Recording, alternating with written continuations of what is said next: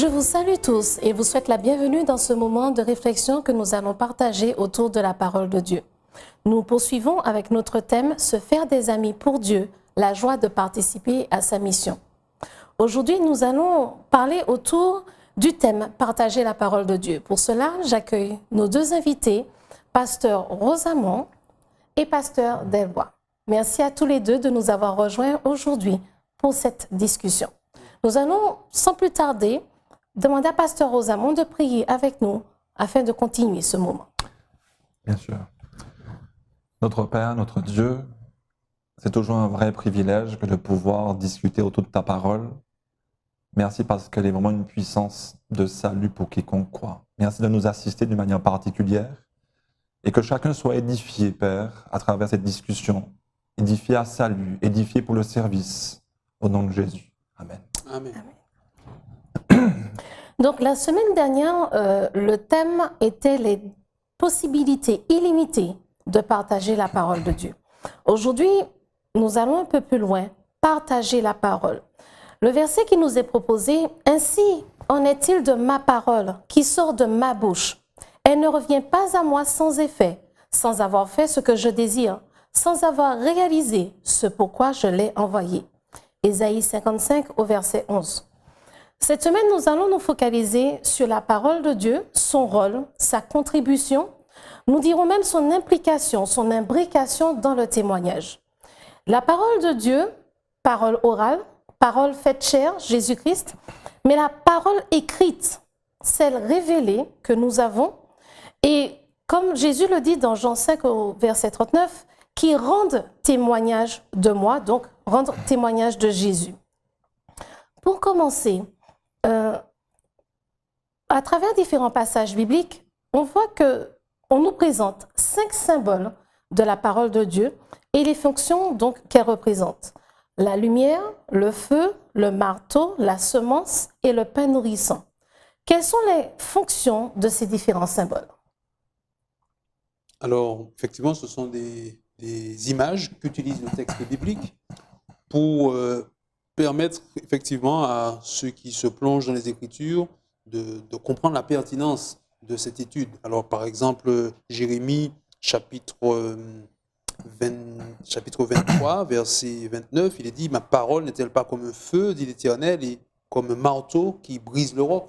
Donc, on voit que la parole de Dieu ici arrive comme un élément purificateur. Le feu est là pour enlever les scories, quand on nettoie l'or notamment. Et donc, cette parole, une fois que nous l'intégrons dans notre vie, elle met clairement en lumière les défauts, le caractère, ces points qu'il nous est nécessaire de nettoyer pour retrouver la proximité avec Dieu, l'image, la ressemblance avec Dieu. Donc, voilà un aspect que nous pouvons relever, le roc, parce que effectivement, j'ai dit le roc, mais je voulais parler du marteau qui brise le roc, pour parler tout simplement de cette capacité qu'elle a à briser nos cœurs en Dieu aussi. Le cœur dur comme la pierre, qui se ferme à l'amour, à la bonté de Dieu, qui, grâce à la parole de Dieu, grâce à cette parole bienveillante, cette parole d'amour, va trouver un espace dans nos vies et nous conduire à vraiment une expérience bénéfique pour nous-mêmes. Oui, avec Dieu. Avec Dieu, tout à fait. Donc, nous avons les 3 autres éléments, la lumière, la semence, le pain nourrissant. Oui, Que représentent, donc, quelles sont les fonctions de ces symboles?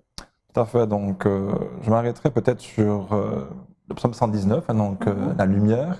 Donc, le psaume 119, verset 105. Ta parole est une lampe à mes pieds et une lumière sur mon sentier. Je crois que dans ce monde, ce symbole est fort parce qu'aujourd'hui, tout le monde sait ce qu'est la lumière. Donc, la lumière, vraiment, elle est là vraiment pour nous permettre de voir, de bien voir, donc de pouvoir faire des choix cohérents, de pouvoir marcher de manière intelligente, de manière sûre, parce que marcher dans les ténèbres, c'est très compliqué pour ne pas dire impossible. Donc, ce symbole est très fort, en tout cas pour moi, et je crois que pour tous ceux et celles qui ont envie d'avoir une vie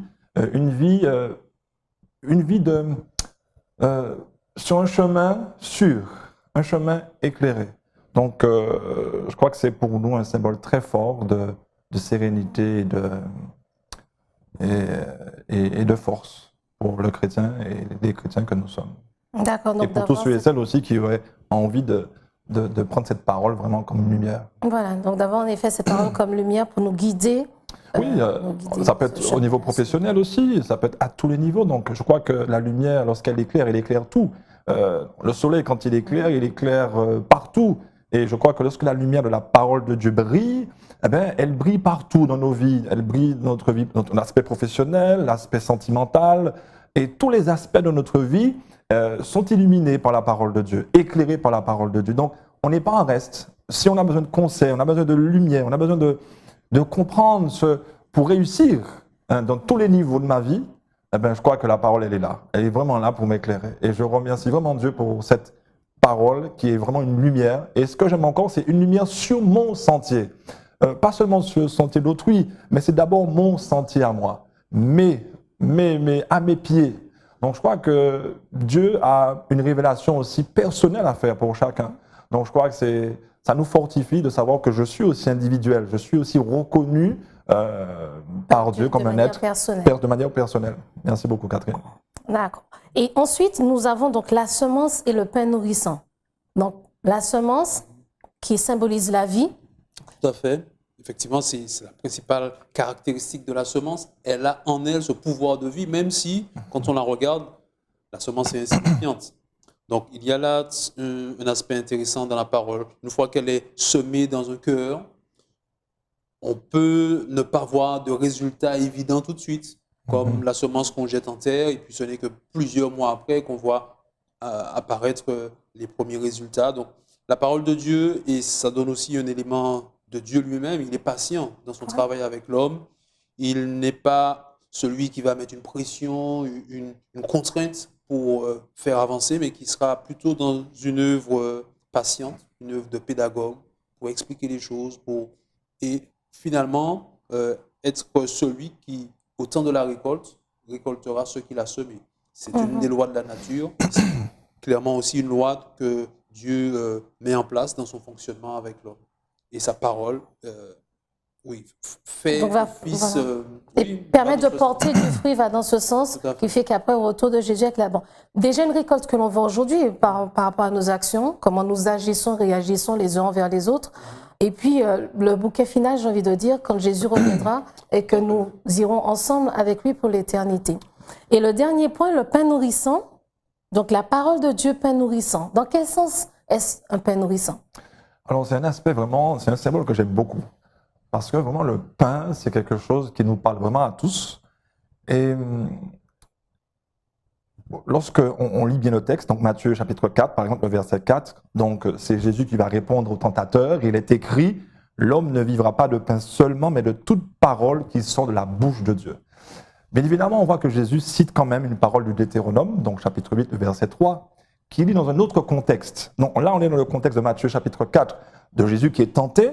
Donc, et Jésus va rappeler au tentateur que la parole de Dieu, elle est vraiment un pain vraiment, un pain vraiment qui est, c'est un aspect nécessaire, on va dire. C'est-à-dire que le pain, dans ce cadre-là, c'est un aspect, puisque le pain aujourd'hui, on sait que le pain est nécessaire à la vie.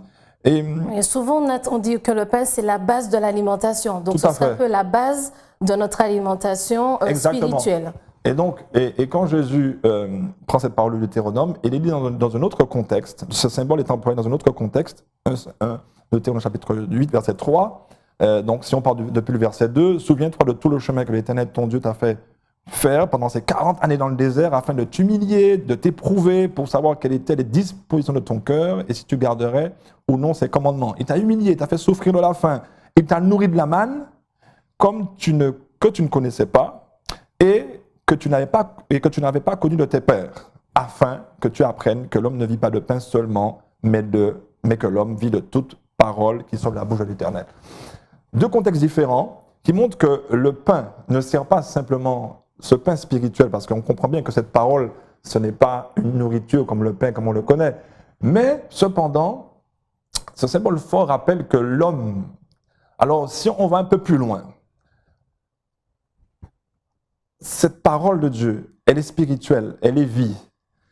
Et seulement ceux qui aujourd'hui sont nés de nouveau peuvent vraiment bénéficier de cette nourriture spirituelle parce qu'elle est nécessaire en tant que pain. Paul va rappeler que nous sommes des êtres spirituels. Et donc, en tant qu'être spirituel, nous avons besoin d'une nourriture spirituelle. Parce que 2 Corinthiens chapitre 4 va nous rappeler que l'homme extérieur dépérit, tandis que l'homme intérieur se renouvelle. Quel homme intérieur? Bien, la nouvelle naissance. Donc, on a besoin de cette nourriture. Physiquement, on a besoin de pain, le pain qu'on connaît aujourd'hui, bon, ça peut être du riz, bref, en tout cas, la base. Le chrétien, l'homme nouveau, l'homme qui veut marcher avec Dieu, a besoin chaque jour d'une nourriture qui vient d'en haut, donc la parole de Dieu. Donc oui, c'est un symbole qui est fort pour moi parce que les chrétiens que nous sommes, ceux et celles qui sont nés de nouveau, ceux et celles qui ont accepté de naître d'eau et d'esprit, ont besoin d'une nourriture spirituelle pour pouvoir cheminer et cheminer correctement. Et là, l'image pourrait encore continuer, hein, mais c'est vraiment nécessaire de pouvoir se nourrir pour rester en vie. Parce que oui, il y a une mort spirituelle aussi. Donc, on se rend compte qu'en effet, la parole de Dieu ne se limite pas à simplement un livre qui a des mots dessus écrits sur des pages, mais que c'est quelque chose de beaucoup plus profond et de capital important pour toute personne qui décide de cheminer avec Dieu, toute personne qui décide de cheminer avec Christ, et qu'au travers de la parole de Dieu, nous avons une révélation beaucoup plus profonde que ce que la nature peut révéler, ce que le Saint-Esprit peut nous révéler de manière personnelle, mais avec les Écritures, nous avons plus d'éléments, de choses approfondies, de choses solides et tangibles, j'ai envie de dire, qui nous permettent d'avancer chaque jour. Donc, toujours au niveau de cette parole de Dieu, en quoi, donc, la parole, les Écritures, en quoi la parole est-elle une puissance créatrice? En quoi la parole de Dieu est-elle une puissance créatrice?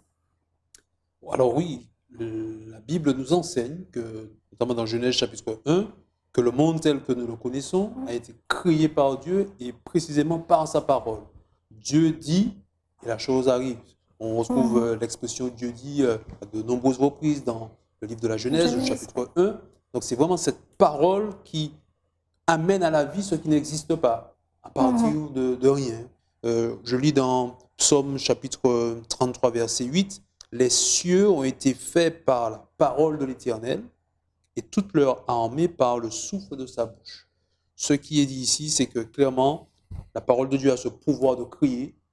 Aujourd'hui, nous sommes créés à l'image de Dieu et à sa ressemblance, et on voit déjà que notre parole a un impact sur ce qui nous entoure, positif ou négatif. À plus forte raison, la parole de Dieu. Si je décide, par exemple, de ne pas parler à quelqu'un, cette personne est présente, je passe sans la saluer, sans lui parler, ben, pour moi, c'est comme si elle était morte. Elle n'est pas en vie, en quelque sorte. On lui renvoie en fait cette image-là, tu es totalement inexistant. Voilà. Donc si maintenant je lui adresse la parole, eh ben oui, c'est pas moi qui lui donne la vie, mais elle vient à la vie en quelque sorte dans mon espace et dans ma sphère. Donc ça, c'est bien sûr à notre échelle humaine pour dire que sur ce niveau-là, notre parole a un impact et a déjà une certaine puissance. À plus forte raison, quand nous parlons de la parole de Dieu, ce n'est pas seulement dans une sphère limitée que cette parole a de la puissance. Les Écritures sont là pour nous rappeler, j'ai cité le psaume 33, on peut regarder encore dans le livre de la Genèse, que la parole de Dieu appelle à la vie ce qui n'existe pas encore. Et c'est bien pour ça qu'il est Dieu et que nous l'adorons en tant que créateur.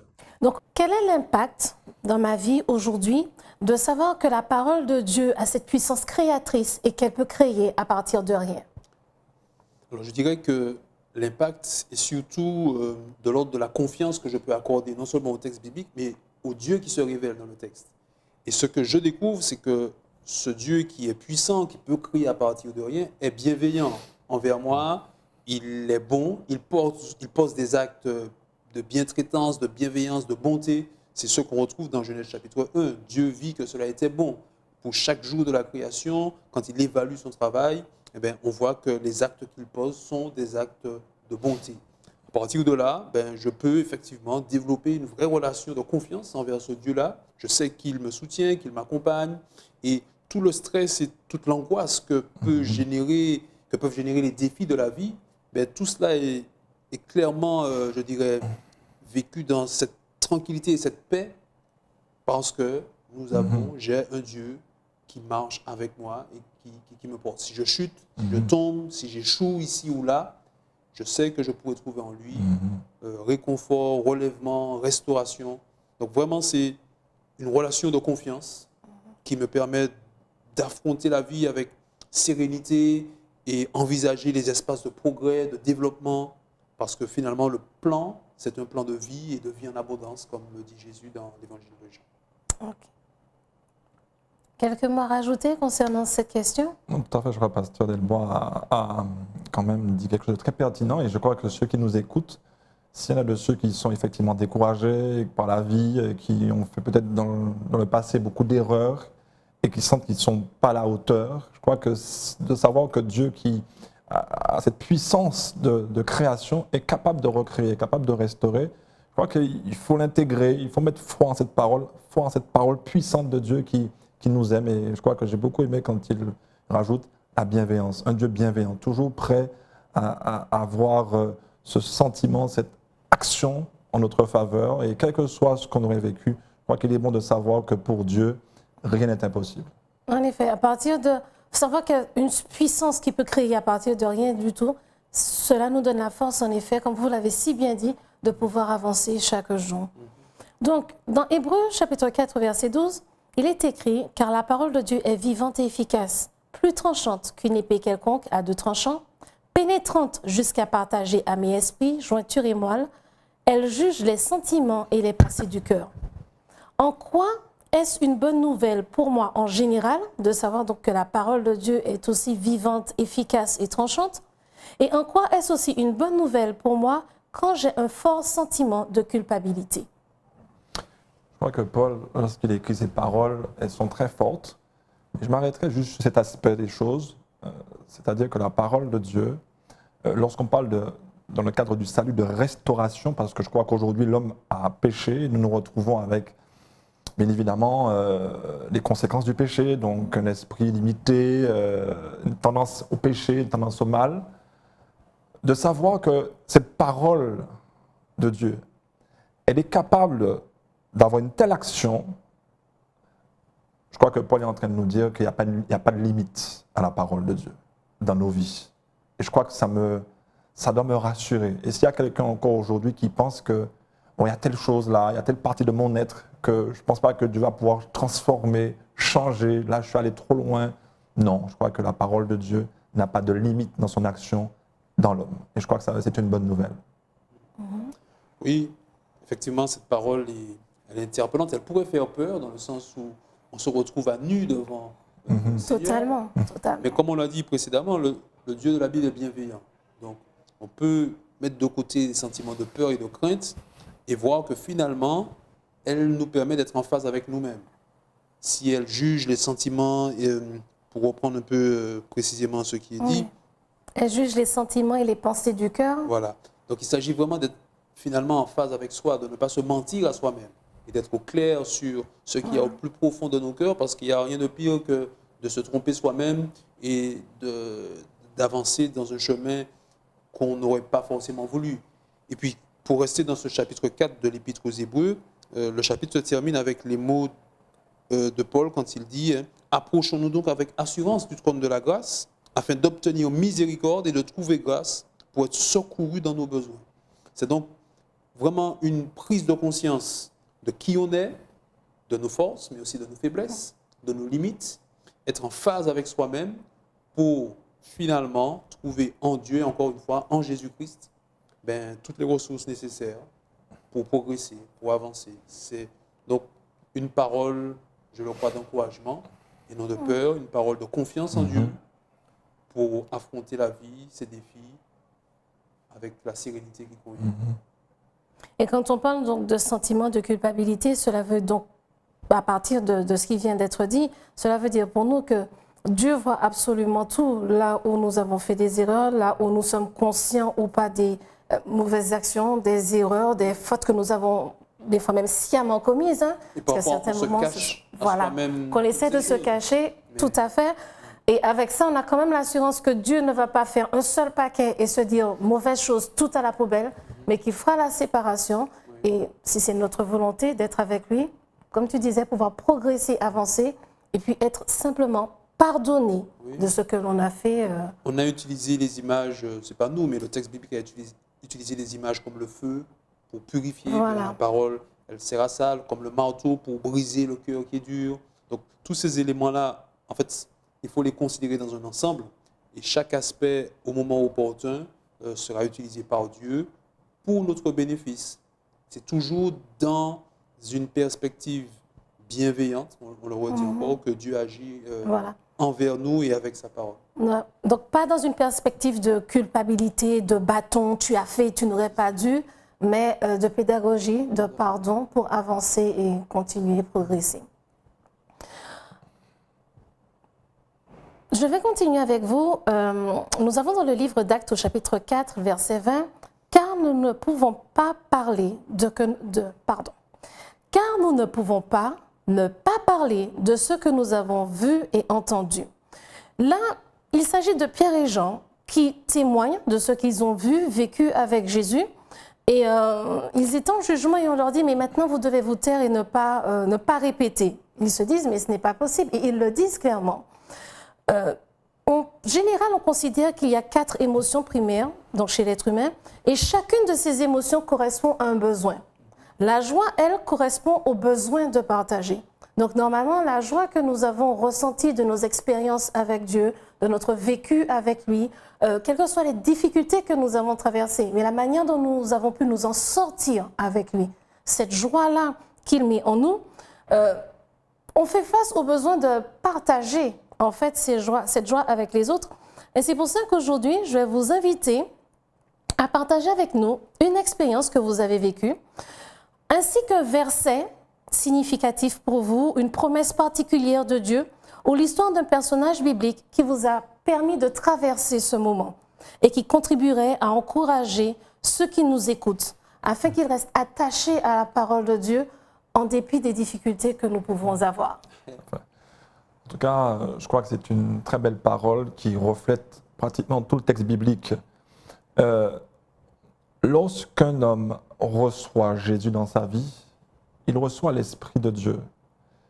Et lorsqu'on a l'Esprit de Dieu, on ne s'appartient plus. Je crois qu'il y a une telle joie du salut, il y a une telle soumission à Dieu, que si Dieu me dit « parle là », même si les hommes me disent « tais-toi », je parlerai. Parce que je suis soumis à l'influence de l'Esprit de Dieu. Je marche par l'Esprit, je marche plus selon la chair. Je crois que c'est un grand privilège. Alors, une expérience, pour ma part, avant de partir pour mes études pastorales, ayant reçu cet appel de Dieu à l'âge de 14 ans, je trouvais que c'était trop difficile d'être pasteur. C'était une trop grande responsabilité. Je crois que de guider les hommes et les femmes à travers la parole de Dieu vers la patrie céleste, c'est quelque chose qui n'est pas à ma hauteur. Et il est vrai que j'ai beaucoup traîné du pied parce que j'estimais que non, Seigneur, c'est pas possible. Ça, c'est pas pour moi. Tu t'es trompé. Tu t'es trompé. Tu t'es trompé. C'est pas cette maison, cette personne, c'est ailleurs. Non, non. Et Dieu a lutté avec moi pendant beaucoup d'années. Me dire, écoute, c'est moi qui t'ai appelé, je ne me suis pas trompé. Et au fur et à mesure, cette parole de Dieu qui rappelle dans 1 Pierre chapitre 5, le verset 7, « Soumettez-vous à la main toute puissante de Dieu, et au temps voulu, il va vous élever. » Je crois que c'est aussi une force de savoir que Dieu prend soin de nous. Et je me suis dit, effectivement, à un moment donné, je dis à Dieu, écoute, ok, j'y vais, mais moi-même, je ne vais pas vous énumérer, mais il y avait des choses sur lesquelles je ne me voyais pas du tout, mais pas du tout. J'ai fait confiance à Dieu, à sa parole, et j'ai vu Dieu agir, parce que sa parole, il l'accomplit toujours. J'ai vu Dieu prendre soin de moi, j'ai vu Dieu me qualifier pour le ministère, alors je n'ai pas laissé ces qualifications. Donc oui, je crois que c'était un moment fort, et encore aujourd'hui, toutes les fois où j'ai une difficulté dans mon ministère, ou autre, je m'appuie sur cette parole. Mon Dieu celui qui peut tout, celui lorsqu'il dit quelque chose, ça vient à l'existence, est capable de me soutenir, est capable de me guider, est capable de prendre toutes les difficultés. Parce qu'en réalité, cette œuvre d'évangélisation, cette œuvre de salut que nous menons, eh ben c'est son œuvre. Il la connaît. Et des fois, aujourd'hui, on a envie de dire, des fois, on entend plein de choses. Voilà, l'Église, elle n'est pas bonne, il y en a qui disent ceci, cela. Je crois qu'il ne faut pas oublier que c'est Dieu qui est aux commandes de son Église. Et il ne va jamais l'abandonner. Et il l'amènera au port. Donc, je crois qu'il m'a appelé ministre dans son Église pour continuer à la conduire. Et je suis à ses côtés parce que je sais que lui, il ne connaît pas d'échec. Et cette parole, il prend soin de vous. Ça m'a fait beaucoup de bien. Jusqu'à aujourd'hui, je sais que j'ai un Dieu qui prend soin de moi, quelles que soient les circonstances. Il ne m'a pas dit que les circonstances seront toujours faciles. Mais il me dit, je serai avec toi, je prends soin de toi. Donc, j'invite chacun aussi, effectivement, à prendre ce texte, à le chérir, parce que le Dieu que nous avons n'est pas un Dieu limité. Donc, en tout cas, c'est une parmi tant d'autres. Bien sûr, bon, ça c'est en effet un des versets bibliques. Alors, pour ma part, ce que je peux partager, c'est en fait, mon expérience avec l'évangile de Matthieu. C'est un livre que j'aime particulièrement dans la Bible. L'évangile qui présente Jésus comme le sauveur du monde. Et il y a beaucoup d'éléments qui m'ont frappé dans cet évangile, comme par exemple les premières personnes qui viennent adorer Jésus dans ce texte, dans le texte de Matthieu. Ce sont des personnes qui viennent de Mésopotamie, qui viennent de Babylone. Ce sont des Babyloniens qui adorent Jésus et qui, en quelque part, ouvrent le chemin de l'adoration de Jésus comme Seigneur. Alors, ça m'avait déjà effectivement pas mal interpellé. Et puis, finalement, dans cet évangile, la façon dont le texte est organisé entre les discours de Jésus et, en fait, les aspects pratiques de sa vie, puisque c'est un peu une succession de discours et de récits, on se rend compte que Jésus est celui qui dit et qui fait, et qui est en cohérence entre le dire et le faire. Et alors, je trouve ça vraiment pertinent, et ça ouvre pour moi et pour nous un chemin nous obligeant à ne pas seulement nous contenter de dire, mais être aussi debout derrière ce que nous disons, et être cohérent entre le dire et le faire. Du coup, le verset que je retiens dans l'évangile de Matthieu, c'est le verset 14 de Matthieu, Matthieu chapitre 24, verset 14. « Cette bonne nouvelle du royaume sera prêchée dans le monde entier afin de servir de témoignage à toutes les nations, alors viendra la fin. » Et avec cette parole, on se rend compte que Jésus veut faire de nous des acteurs de la fin, de ceux qui agissent, de ceux qui disent, de ceux qui agissent et qui sont cohérents dans leurs discours et dans leurs actes. Et c'est là le défi extraordinaire et magnifique à relever avec Dieu. C'est pour ça que je crois que c'est capital de comprendre que la parole vise aussi à que nous soyons à l'image de Dieu. Et je crois que tout croyant doit comprendre effectivement que cette parole de Dieu est une parole transformatrice aussi, parce qu'on se prépare aussi pour le ciel. On est pèlerin sur cette terre, et je crois que la parole de Dieu, animée de l'Esprit de Dieu, nous emmène à refléter le caractère de Dieu. Et toutes les fois, effectivement, que nous lisons la parole de Dieu, qu'on se nourrit de la parole de Dieu, et que derrière, la transformation n'est pas là, il faut se poser des questions. C'est sûr, il faut se poser des questions. Parce que ma question suivante, c'était justement celle-là. Quel a été donc l'impact de cette expérience sur votre relation avec la parole de Dieu?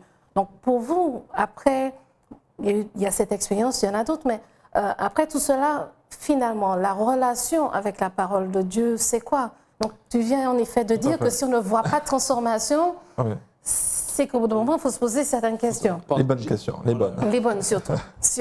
J'ai cité tout à l'heure le texte de Matthieu, chapitre 2, où ce sont effectivement des gens qui viennent de Mésopotamie, qui sont les premiers à adorer Jésus. Je parle des mages. Ça montre clairement que Dieu ne fait exception de personne et qu'il est disposé, ouvert à sauver tout le monde. Alors si telle est sa dynamique, alors la mienne devrait s'inscrire dans ce même chemin, d'être en capacité de ne pas faire exception de personne, de juger selon sa couleur de peau, selon sa classe sociale ou je ne sais quel autre critère, et être prêt à entrer en relation avec tout le monde, en étant clair sur ce qu'on est, sur ce qu'on veut, sur le chemin dans lequel on veut avancer. Et c'est certainement là qu'il y a un espace de progrès, encore une fois. C'est l'exemple que je retiens de l'évangile de Matthieu, c'est l'une des leçons que j'en retire, pour être, comme je l'ai dit tout à l'heure, cohérent entre ce qu'on dit Et ce qu'on fait. Et je crois, si je peux rajouter, on arrive à un temps de la fin, effectivement, où Dieu a son Église. Je crois que c'est important, et je crois que dans le livre des Actes, ou Acte chapitre 20, si je ne me trompe pas, où Paul fait une recommandation aux Éphésiens, il rappelle que lorsqu'il partirait, il y aurait des loups qui se déguiseraient en agneaux dans la bergerie. Donc, en effet, Dieu fait accession de personnes, mais il est vrai qu'on reste vigilant parce que cette tendance peut-être à tordre les Écritures peut nous perdre aussi. Et une réalité aussi, c'est vrai, Dieu ne fait accession de personne, mais sa parole ne change pas. Sa parole reste vraie, elle transforme, elle nous aide à vivre pleinement déjà l'éternité sur cette terre. Mais nous restons vigilants, effectivement, parce qu'aujourd'hui, nous savons qu'il y en a qui tordent les Écritures. Et en ces derniers temps, le diable fait tout pour, effectivement, édulcorer l'Évangile. Et nous savons que la confusion Babylone, justement, Babylone, c'est cet aspect cette notion de confusion, Babylone, c'est beaucoup de vérité avec un peu d'erreur. La parole de Dieu doit rester pure, et je crois que c'est pour ça qu'en tant que ministre de l'Évangile, nous accueillons, et Dieu accueille tout le monde, on a envie de dire, c'est le Seigneur qui accueille, puisque c'est lui le maître de son Église, mais bien évidemment, nous restons quand même les gardiens un petit peu de cette parole, pour que cette parole soit toujours prêchée de manière pure, pour que les vies soient transformées et que l'Évangile ne soit pas édulcoré. La forme peut changer, je crois que la forme peut changer, mais le fond reste toujours un Évangile qui transforme, qui libère, le jubilé. On ne rentre pas dans les détails. En tout cas, pour ma part, si je peux déjà rebondir sur la question qui a été posée, je serais très simple. La foi d'un petit enfant. Je crois qu'on peut être théologien, docteur en théologie, mais Dieu est un Dieu aussi de la simplicité. Et il met l'Évangile à la portée de tous. Et si on comprend, et dans mon expérience, j'ai appris, et jusqu'à aujourd'hui, à avoir cette foi d'un petit enfant. Et quand mon fils me dit, papa, prends-moi une goyave, s'il te plaît, quand tu cours. Maman, prends-moi une goyave. Il croit vraiment, et que je lui dis oui, il croit vraiment qu'au tour prochain, si je fais un circuit, que je vais lui ramener une goyave. J'ai développé, avec l'aide de Dieu, et j'invite chacun à avoir cette foi d'un petit enfant, qui croit simplement à la parole de Dieu. Quand Dieu dit, il fait. Peut-être pas comme on l'aurait souhaité, mais il fait toujours. Moi, aujourd'hui, une phrase simple, la foi d'un petit enfant. Des fois, oui, des fois, il y a des choses compliquées à comprendre, mais la confiance en Dieu comme un enfant, je crois que c'est à ça que nous sommes appelés. Donc, si on remet dans le contexte, j'ai envie de dire, aujourd'hui, là, pour nous, en 2020, ça signifie, dans tout ce qui vient d'être dit, que le symbole que nous avons vu concernant la parole de Dieu, qui est la lumière, cette lumière est censée nous éclairer, dissiper les doutes, les questions, les craintes, mais aussi toutes ces mauvaises interprétations que l'on peut avoir au premier abord, puisqu'on est des êtres humains, donc on ouvre la parole de Dieu. Il y a des livres que l'on lit, quel que soit le domaine, on ne comprend pas forcément dès le départ ce qu'il y a dedans, ce qui est vraiment écrit. On ne comprend pas forcément tous les éléments, toutes les nuances. Donc la parole de Dieu est aussi là pour nous permettre de les éclaircir, de mettre à côté ce qui ne convient pas. Mais pour cela signifie que l'on doit prendre le temps de s'asseoir et de la lire. Puisque si ce n'est que pour parler et parler, donc on reste sur le fait que la nécessité, donc, c'est de le lire, de pouvoir progresser avec, puisque c'est autour de cela que, c'est quand même à partir de cela que l'on peut arriver à progresser. Et puis, quand on parle tu as parlé de la foi du petit enfant, ça répond à la question que j'allais poser. C'est un des éléments qui nous permet de voir de manière concrète comment nous limitons l'action de Dieu dans notre vie. Parce que manque de foi, de l'incrédulité, et nous avons plusieurs passages bibliques qui en parlent, nous montrent que à cause de l'incrédulité, Dieu ne peut pas agir, puisque je ne lui fais pas confiance. Donc finalement, il ne peut pas agir. Donc cette foi, c'est quelque chose, quand je dis cette foi de petit enfant, cette assurance de croire, cette conviction, c'est ce qui va faire toute la différence et permettre à Dieu d'agir. C'est pour ça que la foi reste la main avec laquelle je me saisis des promesses de Dieu. C'est pour ça que Jésus va souvent reprocher aux disciples leur manque de foi. Parce que la foi est vraiment cette main avec laquelle on saisit chaque parole, chaque promesse pour notre vie. Oui. Et si elle est défaillante, si elle n'est pas suffisante, si elle est mal construite, c'est vrai que ça peut être compliqué. Et là, ma question serait, comment la construire avec la parole de Dieu? Alors, il y a deux éléments importants. J'aimerais insister sur, certes, la parole, mais l'Esprit de Dieu. L'Esprit de Dieu, c'est capital pour pouvoir arriver à ça. Une expérience, un jour on prêche, un homme, une femme, on prêche la parole de Dieu, et le mari vous dit, ouais, pasteur, merci, parce que ma femme avait besoin d'entendre ça. Un peu plus loin, l'épouse arrive et me salue, pasteur, merci, parce que mon mari avait besoin d'entendre ça. Vous voyez, c'est une situation un petit peu cocasse où chacun a pris cela pour l'autre. Donc, il faut l'Esprit de Dieu. Il faut que notre conscience, et Paul parlera du nous, c'est-à-dire cette conscience, cette intelligence sanctifiée. Parce qu'on peut partir dans tous les sens. On peut prendre le texte et faire dire au texte ce qu'on veut. Et d'ailleurs, je sais que dans le passé, on a utilisé la Bible pour faire plein de choses négatives. Par contre, l'être qui est illuminé de l'Esprit de Dieu interprétera toujours les Écritures correctement. Donc, indissociable, lecture de la parole de Dieu, nécessité d'être illuminé de l'Esprit de Dieu. D'accord. Maintenant, je ne sais pas si tu as quelque chose à Non, dire. c'est clair. Parce que, en fait, je suis tout à fait d'accord avec l'Esprit de Dieu, il n'y a aucun problème. Mais comme aujourd'hui, on met quand même en évidence, particulièrement durant cette semaine, le fait que l'Esprit de Dieu nous révèle des choses, mais que la parole de Dieu va plus loin dans cette révélation. J'aimerais bien que l'on insiste en ayant déjà insisté sur l'Esprit. Donc, il faut bien comprendre que je ne le mets absolument pas à part parce que c'est une réalité. Sans l'Esprit, c'est comme si c'est un livre d'histoire, de différentes petites histoires. Donc, on est tout à fait d'accord sur ça. Comment je dois utiliser cette parole écrite de Dieu pour me permettre de discerner que ce n'est pas seulement mon mari qui en avait besoin, mais moi aussi. Comment j'utilise cette parole de Dieu pour me permettre d'avancer, m'accrocher dans la vie et pouvoir continuer? Le premier principe, et je laisserai la parole à mon collègue, le premier principe, c'est d'abord pour moi, je. Quand je me réveille le matin, c'est une histoire entre Dieu et moi. Quand j'entends une prédication, c'est une histoire entre Dieu et moi. C'est Dieu qui me parle à moi, d'abord. Je crois que c'est le premier principe fondamental. C'est une histoire d'abord entre Dieu et moi. Un Dieu, la parole de Dieu qui me parle à moi et qui veut me sauver, qui veut me transformer et qui veut me rendre capable, apte au service. Je crois que c'est important de partir sur cette base, d'abord pour moi. Tout à fait. Ça va un élément supplémentaire? Oui, c'est-à-dire être animé de bonne volonté. Si vous avez de la bonne volonté, dit le Seigneur, ben, vous vivrez. Cette bonne volonté, oui, considère avant de regarder la poutre qui est dans l'œil de l'autre, on regarde d'abord la paille qui est Dans notre œil. Oui, dans notre œil. Donc, les éléments là, je vais dans ce même sens-là, être animé de bonne volonté et être prêt à se laisser transformer par le Seigneur. Donc, se laisser transformer par le Seigneur, les bienfaits de l'étude de la parole de Dieu.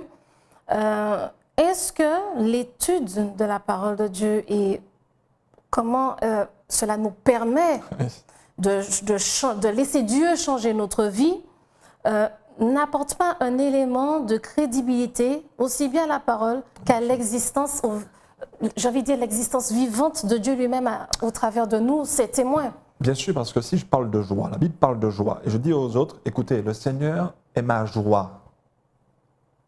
Et chaque matin, le Seigneur me donne cette joie, il me bénit, il me transforme à son image, il me fortifie.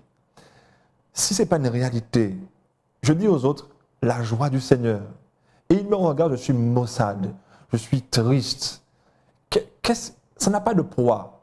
Et le poids qu'a la parole de Dieu, c'est la puissance transformatrice qu'elle a dans ma vie, en tant que témoin. Et je crois que le plus grand témoignage, c'est d'abord une vie transformée. C'est celui qui parle, qui doit déjà démontrer la puissance de cette parole dans sa vie. Oh, le Seigneur, il va t'aider à te maîtriser. Et il me voit en train d'injurier tout le monde. Je discrédite cette parole transformatrice. Donc oui, je suis d'abord le témoin de la grâce de Dieu, témoin de la puissance de Dieu dans ma vie. Et quand je parlerai aux autres, ça aura du poids. Donc, oui, comment parler aux autres, comment témoigner aux autres, c'est d'abord en étant. Pourquoi? Parce que 3 aspects. Un savoir, la parole donne un savoir-être par l'Esprit de Dieu, toujours. Et un savoir-faire, toujours par l'Esprit de Dieu. Donc, ces 3 aspects sont indissociables. J'apprends, donc Dieu me révèle, l'homme a besoin de révélation sur cette terre. Il y a trop d'idéologie, il y a trop de théologie. La parole de Dieu me dit, voilà, voici la connaissance. Donc le Seigneur me dit, voici ta Bible, la parole de Dieu révélée. L'Esprit de Dieu m'aide à comprendre cette parole, l'assimiler, que je sois un vrai témoin de la grâce de Dieu. Et d'ailleurs, Pierre, lorsqu'on voit la vie de Pierre, un homme sanguin, un homme prêt à brandir son épée, quand on voit son cheminement, c'est extraordinaire. Quand on voit un Jean, c'est extraordinaire. Ce que j'aurais aimé, c'est justement avoir une expérience comme cela concrète qui s'est passée dans les années 2000. Parce que ce sont des expériences que l'on lit dans la Bible et certaines personnes ont l'habitude de lire la Bible, de voir, d'autres non, pas vraiment. Certaines personnes ont même l'impression qu'en fait tout ça c'est très éloigné, en fait, puisque c'est dans la Bible, ça s'est passé il y a des centaines, pour ne pas dire des milliers d'années. Comment aujourd'hui pouvoir de manière concrète dire à quelqu'un, ben voilà, ce verset biblique, cette histoire biblique a changé quelque chose dans ma vie, dans ma personnalité. J'ai laissé Dieu me transformer sous l'inspiration de cette histoire biblique. Alors, effectivement, chacun a sa propre expérience. Alors, il n'y a pas forcément un verset qui va, comme par magie. Oui, la notion n'est pas un verset, c'est le partage d'un verset. Oui, et puis c'est un ensemble de choses, c'est-à-dire l'enseignement de la parole de Dieu à laquelle j'adhère. Ensuite, ma bonne volonté pour mettre en pratique cela. Et puis l'accompagnement que Dieu va m'accorder dans ce chemin-là, parce qu'il n'est pas dit qu'en faisant l'expérience de mettre en pratique que je sois tout de suite victorieux, mais pas à pas et progressivement, en me retournant après quelques temps, je verrai effectivement, j'ai fait ce parcours-là. J'étais colérique. Et maintenant, voilà, j'apprends à me maîtriser. Désormais, j'ai cette patience pour voilà, interagir avec les uns et les autres, alors qu'en dedans, ça boue, mais que finalement, parce que c'est dans mon tempérament, finalement, j'arrive à m'exprimer calmement, sans agresser l'autre, etc. Mais ça, c'est un parcours de vie. C'est pas quelque chose qui tombe comme ça. C'est vrai qu'on a parlé de Pierre tout à l'heure et on a l'impression que Pierre a changé du jour au lendemain. Voilà. Mais c'est pour ça, en fait, que je parle d'expérience d'aujourd'hui. C'est pour permettre à chacun de comprendre que... Voilà. C'est un cheminement. C'est un parcours de vie. Voilà. Mon objectif, en fait, c'était d'arriver à là. Parce que on parle, c'est vrai, avec un vécu, avec un passé. Donc, on est dans les mots, on a résumé très vite. La Bible résume aussi, hein, puisque si chaque mot de chaque seconde était écrit, on ne s'en sortirait pas. Mais mon objectif, c'est un peu d'arriver justement à ce point, puisque quand je traverse une difficulté ou tout simplement j'ai un trait de caractère qui ne correspond pas, je traverse une expérience, je me pose beaucoup de questions, ça m'est arrivé, hein, je me suis posé beaucoup de questions sur certains domaines de ma vie, je cherche des réponses, je me dis mais c'est pas possible et je n'en trouve aucune. Et puis un jour, j'ai tout simplement décidé, il y a un verset biblique dans Psaume 37 qui dit « Fais de l'Éternel tes délices, il te donnera ce que ton cœur désire ». J'ai réfléchi, je me suis dit, bon, ça commence à devenir compliqué parce que je ne trouve pas de réponse et j'ai besoin de réponse. Alors, on va faire différemment. Je vais demander à Dieu de mettre ses désirs dans mon cœur. Comme ça, quand je vais le prier, obligatoirement, ça va réussir. Et c'est vrai que c'était un peu pour moi l'assurance de me préserver encore d'un échec, d'une mauvaise décision. Je dis, on va faire beaucoup plus simple. Comme ça, au moins, je suis sûre que j'irai selon la volonté de Dieu et que mes plans vont réussir. Et pendant plusieurs jours, j'ai vraiment fait ça. J'ai pris le temps, j'ai pris le psaume et à chaque fois, je répète à Dieu, bon, mets tes désirs dans mon cœur. À partir de là, comme tu disais, je réclame la promesse, fais de l'Éternel tes délices, il te donnera ce que ton cœur désire. Donc, comme c'est ton désir qui est dans mon cœur, Seigneur, réalise ce désir. Et quelques semaines plus tard, je discutais avec quelqu'un que je ne connaissais même pas du tout. Et puis la personne me dit, au fait, vous êtes assistante pastorale. Je lui dis, non, non, pas du tout. Hein. Je me dis, ah bon? Elle reste figée, sans un mot. Je dis, d'accord. Et puis elle s'éloigne. Alors, je me suis dit, mais attends, j'ai l'impression que Dieu est en train de répondre à une question, mais qui n'avait rien à voir avec cet aspect de ma vie, mais rien du tout. Mes questions étaient vraiment dans des domaines totalement différents. Et puis, les heures qui ont suivi, j'ai réfléchi, et c'est vrai que c'est à partir de là que j'ai décidé, je me suis dit, mais c'est que Dieu est en train de me dire que tu as quelque chose d'autre à faire. Et ça m'a rappelé qu'après un énorme problème de santé, quand Dieu m'a guéri, j'ai eu cette joie-là au fond de moi de me dire, un jour, je ferai quelque chose pour Dieu. Et quand je suis partie dans des questions qui n'avaient rien à voir avec mon avenir professionnel ni autre, c'était totalement différent, sa réponse était, ces questions-là, tu les verras plus tard. Aujourd'hui, même si ça te trouble, ça t'empêche de dormir, parce que c'était des questions quand même assez importantes pour moi, ce n'est pas la question aujourd'hui. Et ça, aussi difficile que cela puisse paraître, il faut comprendre qu'il y a des questions que l'on se pose. Il y a des choses qui ont des fois des aspects tellement importants, poignants dans notre vie, on souhaite avoir la réponse immédiatement. J'ai pas eu la réponse ni dans les semaines, ni dans les années qui sont venues. Ça a pris vraiment énormément plus de temps, parce que Dieu, qui sait mieux que moi, donc cette lumière et cette semence qu'il met en nous et qui prend le temps de grandir, m'a fait comprendre que tu es focalisé sur quelque chose que je peux comprendre. Mais aujourd'hui, ce n'est pas ce qui va te concerner. Et mine de rien, ça m'a donné une paix totale sur les questions que j'avais. Je les ai déposées, mises à côté, et je me suis focalisée sur cette mission qu'il m'a révélée. Écoute, il va falloir que tu partes parce qu'il y a d'autres choses à faire. Et c'est là où j'aimerais bien que les personnes qui nous regardent et qui nous écoutent puissent comprendre qu'en effet, dans la Bible, c'est écrit d'une manière assez rapide, puisque c'est normal, c'est un livre. Mais que dans la vie de tous les jours, comme tu disais, cela demande du temps. Cela demande des fois des semaines, des mois, des années pour arriver à faire certains progrès, pour constater que j'ai un réflexe au fond de moi qui revient à chaque fois, peut-être de contrariété, de colère ou des réflexes de mauvaises décisions aussi, hein, parce qu'on a des fois des décisions que l'on prend, on sait qu'elles ne sont pas bonnes, à chaque fois on reprend les mêmes mauvaises décisions. Et Dieu permet, mine de rien, que les situations se représentent afin que notre caractère puisse arriver à se dire, mais j'ai demandé à Dieu de m'aider, j'ai la possibilité, l'opportunité de lui permettre là aujourd'hui, dans cette situation, de me transformer, de me changer et que finalement, je change d'attitude et donc de décision que je prends. Donc, nous voyons que la parole de Dieu... Oui, bien sûr. Je peux rajouter aussi, en tout cas, pour compléter et aller dans le même sens. C'est pour ça que chaque matin, lorsqu'on emboîte le pas avec Christ, on devient un disciple.